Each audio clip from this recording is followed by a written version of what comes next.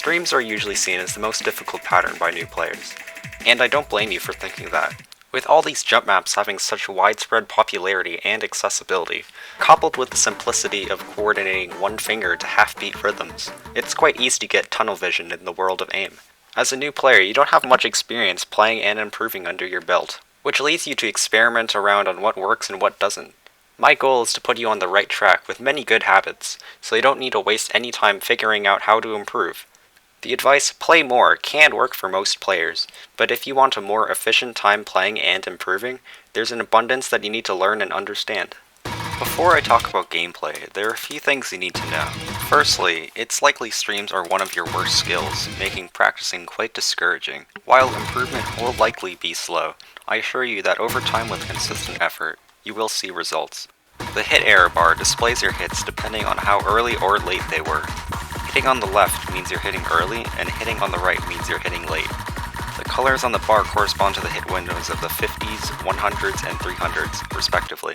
While how your skin looks is preference, it's generally agreed upon that loud, sharp, and defined hit sounds are best for accuracy. After all, if you can't clearly hear how your taps are being registered, how are you going to spot mistakes to improve upon?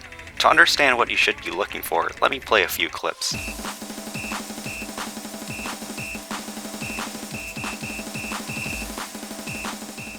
Notice how each hit sound is a symbol that lasts for a relatively long time, leading to each sound to blend together. Say he hit a note on a triple early. How would he know which note it was? With all the sounds blended together, it's hard to distinguish.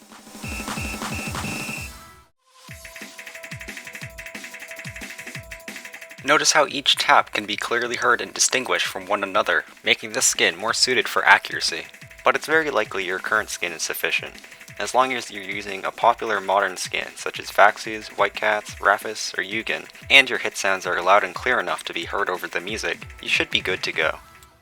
And don't forget, if you feel your hit sounds are too quiet, you can adjust the volume of the music and hit sounds separately and make one louder than the other.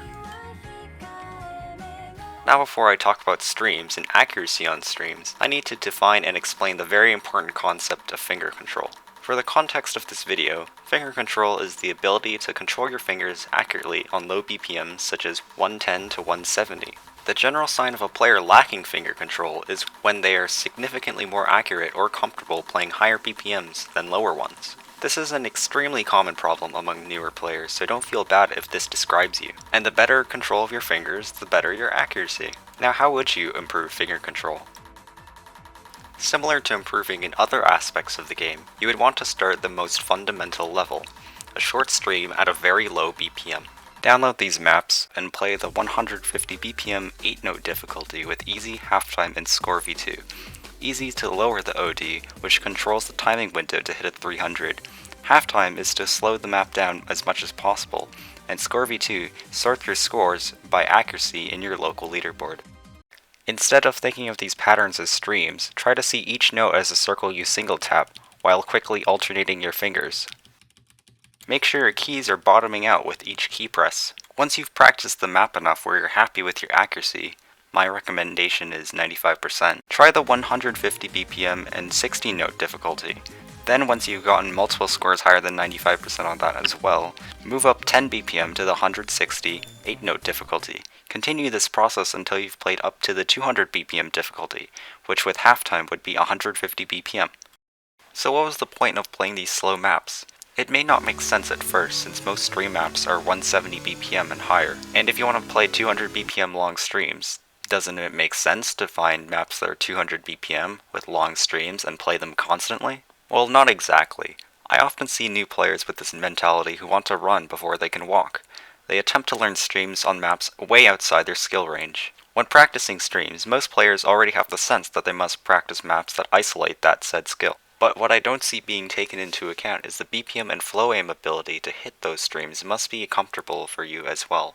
It's much better long term to practice on 120 to 160 BPM because the stamina and flow aim requirement is much lower. To hit streams properly and accurately, each tap should lead your tapping key to hit the bottom of your keyboard.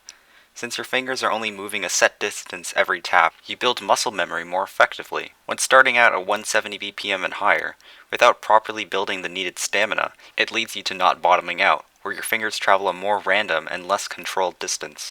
Starting at lower BPMs helps you build the fundamental muscle memory of streaming and stamina by getting you used to bottoming out each key press. Practicing on higher BPMs, such as 170 or above, without developing proper stamina or muscle memory leads you to building improper technique. Sure, this may work out short term, allowing you to hit way higher BPM streams than you normally could, but this will destroy your streaming ability long term, since you'll have less control over your fingers, leading to more accuracy drops. The largest barrier you'll be facing is stamina. Your fingers will tire out quickly, and your forearm will burn with soreness, and all that is completely normal, and is actually what you want to look for. Soreness and tired fingers means your muscles are breaking down and rebuilding themselves stronger. After a practice session, if your fingers aren't tired or your arm isn't sore, you aren't building much stamina.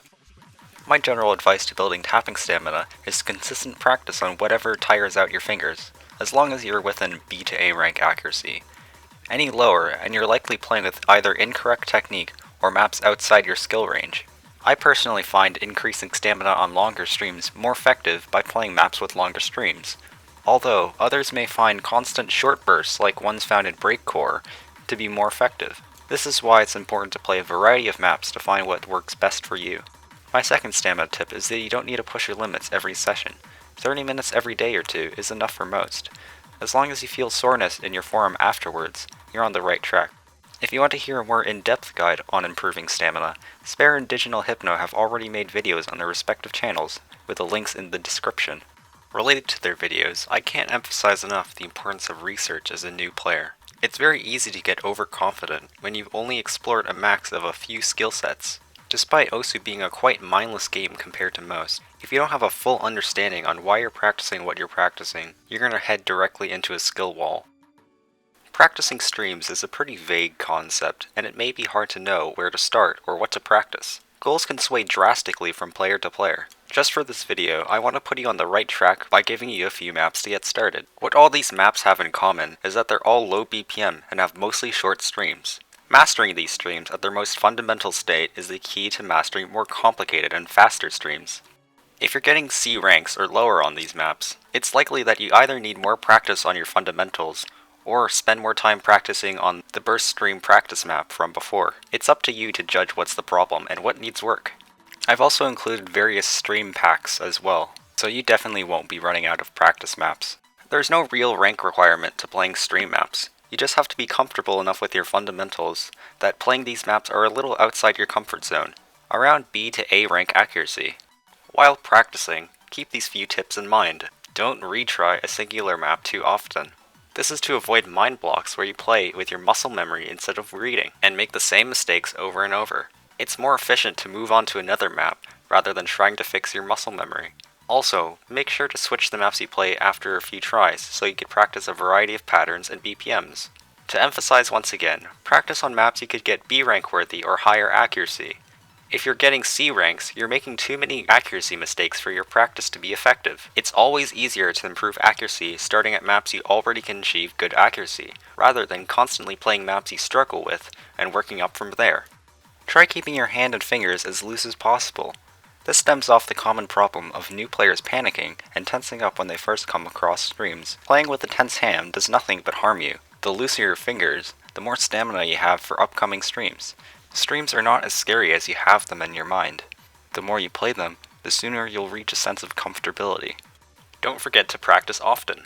Your practice sessions don't need to be long. It's more important that they're consistent. You won't believe the progress you'll be making if you play every day for half an hour. It's possible to play the game every day without touching stream maps, so make sure to set aside some time in your practice session for playing stream maps at least every few days, or your skill will deteriorate. Make your practice pool as large as possible to practice the highest variety of stream shapes and patterns. And most importantly, don't turn your brain off when you practice. You should actively look for mistakes to improve upon, whether it be misaiming, not bottoming out your keys, which is sometimes called mashing, tapping consistently early, tapping consistently late, or something else entirely. If you aren't sure what the mistake is, you could always watch your replay when the play is done and analyze your tapping or hit error bar. For failed replays, you can press F1 to watch up until the point you failed. To conclude, here are the main takeaway points.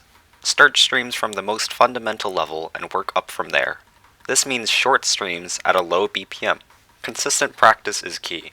It's most efficient to practice streams a little every day. Practice a wide range of maps. Sometimes the best improvement comes from what you would usually avoid. And don't end this video thinking you know everything. You don't. Not even close. Do more research, talk to other players, ask questions, even if you may think they're stupid. This video is quite lacking entertainment-wise, but I hope you found what I shared to be helpful. If you made it to the end without skipping or skimming anything, I'm genuinely surprised. But that shows signs you're eager to improve, and I'm rooting for you. You'll make a great player one day.